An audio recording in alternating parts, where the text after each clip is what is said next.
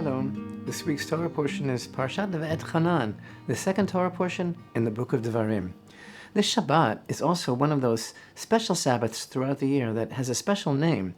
It's called Shabbat Nachamu, the Sabbath of Consolation, and it takes its name from the Haftorah, the prophetic portion read on this Shabbat, from the words of the first verse of Isaiah, chapter 40, "Comfort, comfort my people, says your God."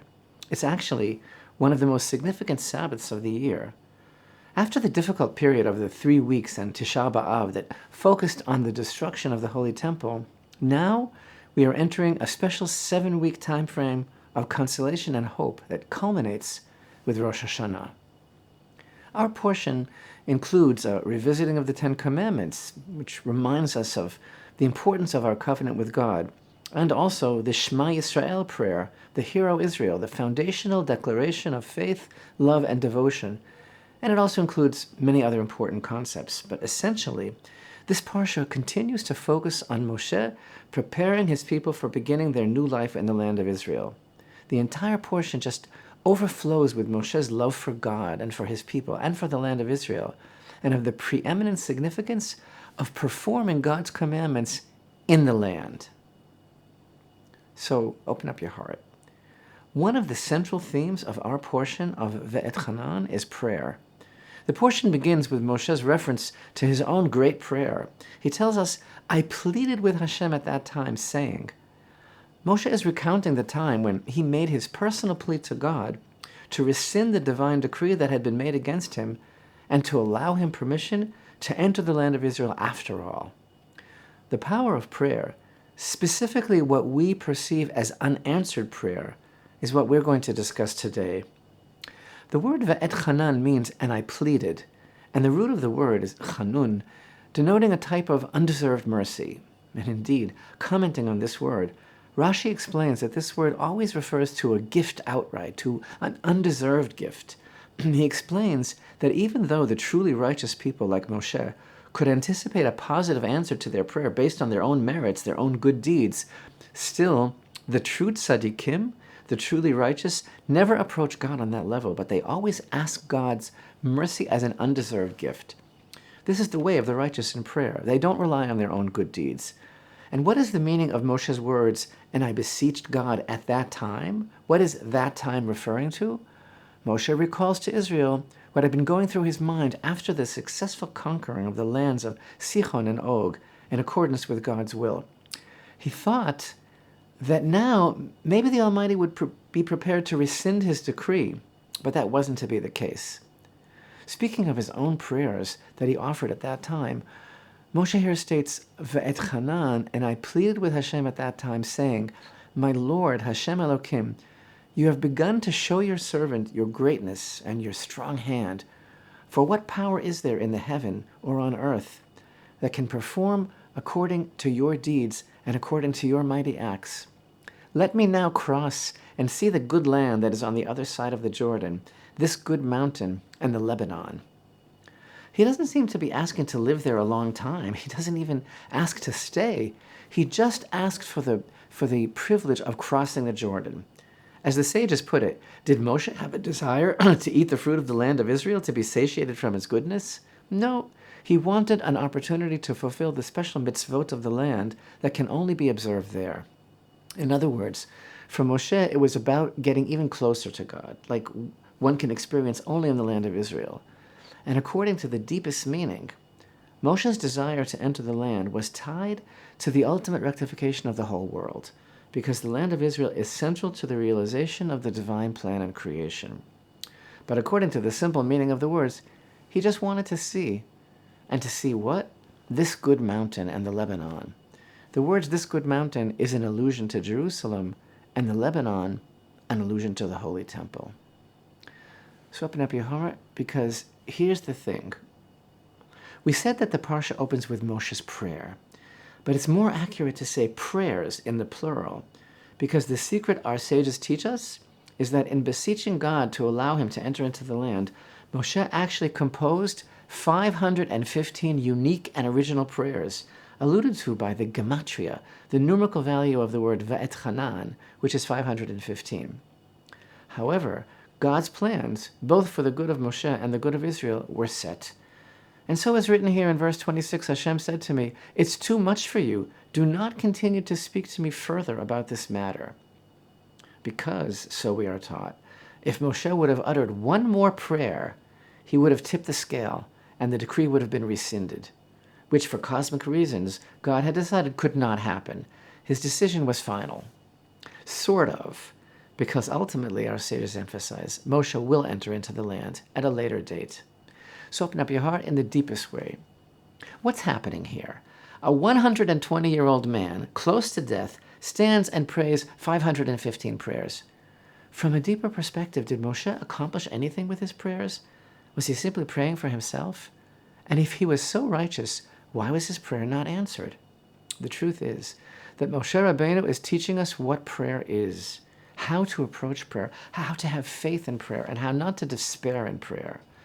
The very holy book of secrets called Megale Amukot teaches us that in each one of his prayers, Moshe presented a new reason. He pleaded with Hashem with a different motivation, a new argument in each prayer for why he needed to enter the land of Israel.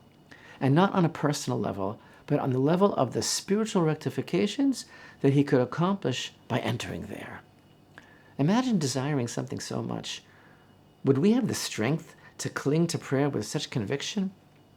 Moshe's example teaches us unyielding belief in the power of prayer, as well as serving as an eternal reminder of the importance of persistent prayer and humility and unwavering faith in God.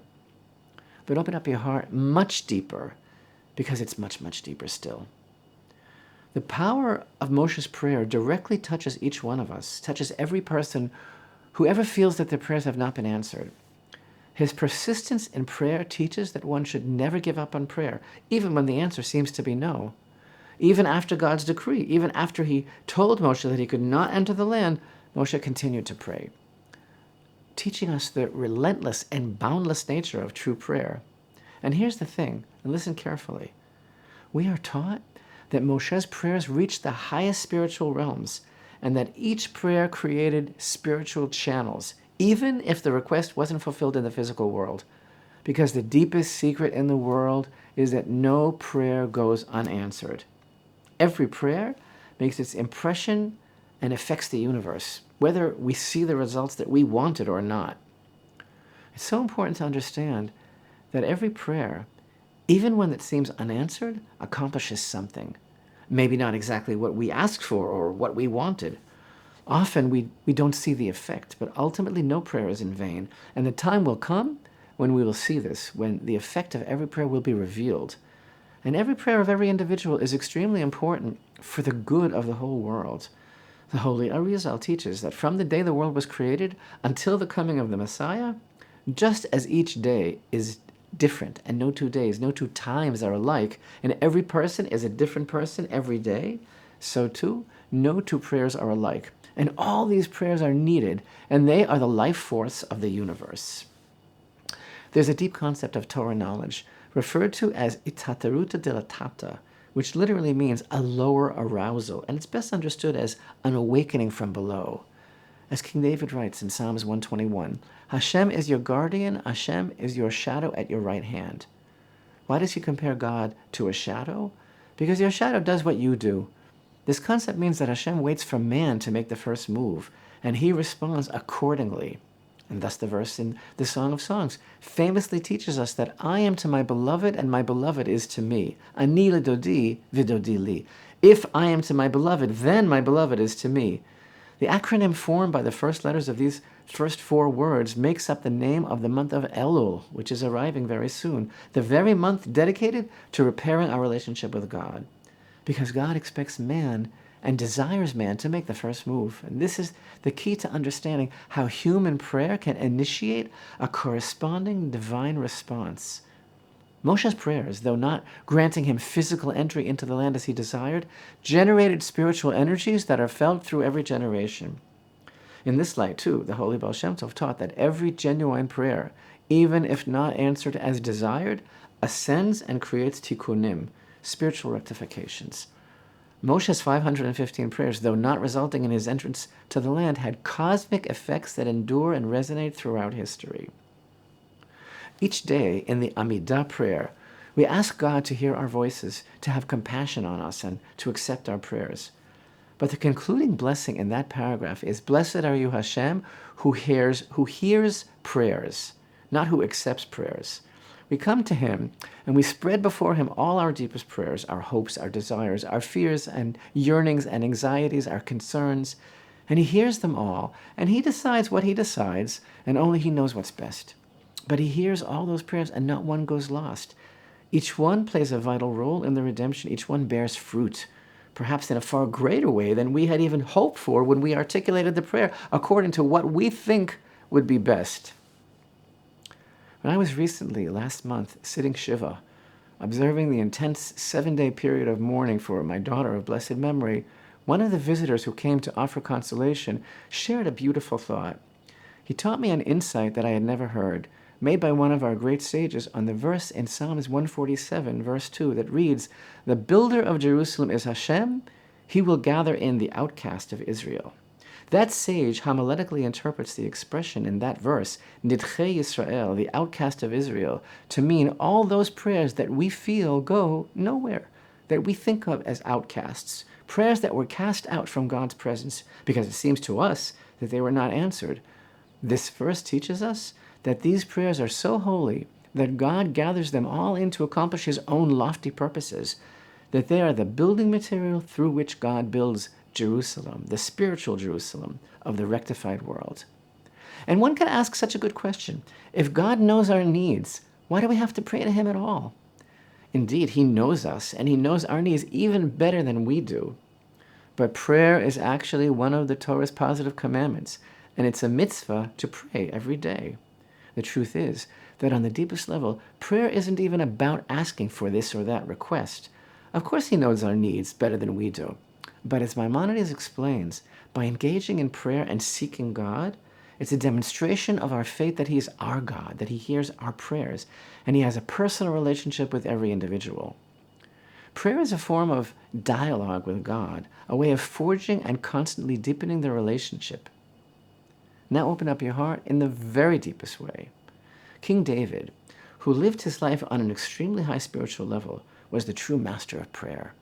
He defines his life force as prayer, as he articulates in Psalms 109, "But I am all prayer." He defined the very substance of his life as prayer. Through the Psalms, which he bequeathed to all of us, he teaches us that prayer is a very powerful force, the strongest and truest weapon that we possess. He composed the Psalms not as his own personal prayers, but as a universal voice of seeking God that will resonate deeply within the soul of every human being who sincerely seeks God. Such sincere prayer can penetrate the heavens, reach the very root of all roots, and effect change at the source, truly altering reality at its core. As Rabbi Nachman of Breslov always emphasizes throughout his teachings, prayer has the power to transform a person's destiny, to break through decrees, and to draw down blessings from above. And this, despite all appearances of the prayer's acceptance or lack thereof. There are times when the prayer itself serves a purpose beyond the immediate outcome that we would measure in our own limited perception.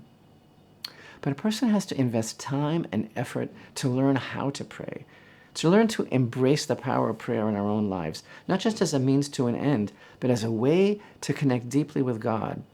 This kind of understanding opens a gateway to the experience of prayer that can bring about fundamental change in a person's life. And when one learns to pray constantly, one can also become entirely prayer, just like King David. But I am all prayer.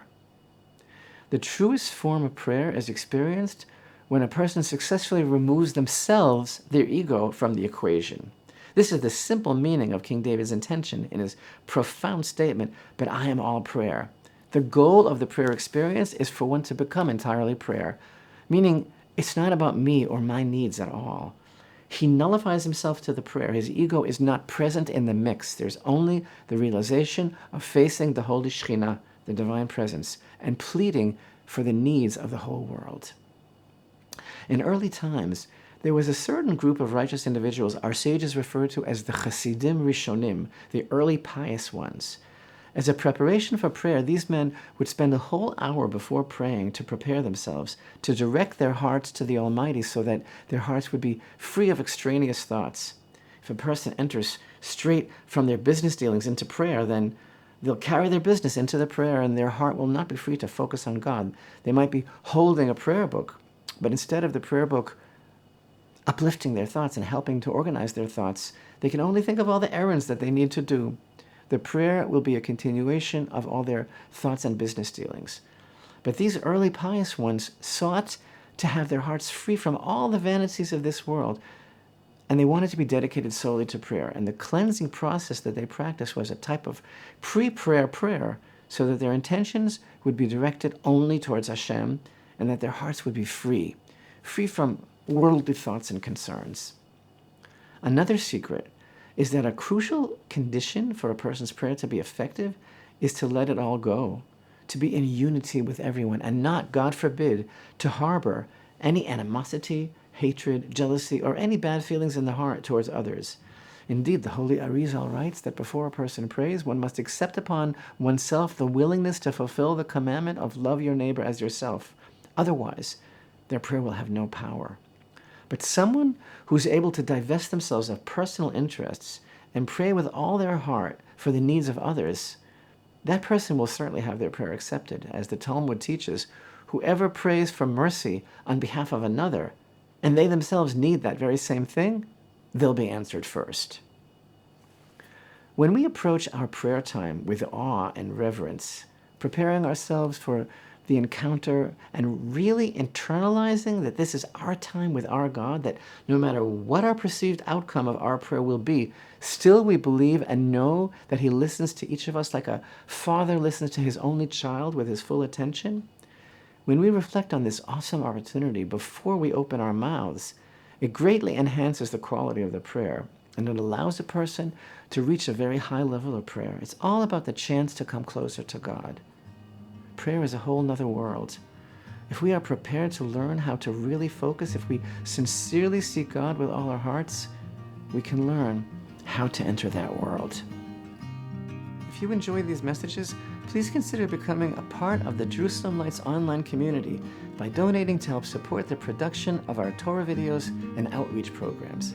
Jerusalem Lights is a nonprofit organization that depends on viewer support to continue sharing Torah for everyone. On this Shabbat of Consolation, may we all experience consolation and renewed hope. May we share together in the ultimate redemption. Shabbat Shalom.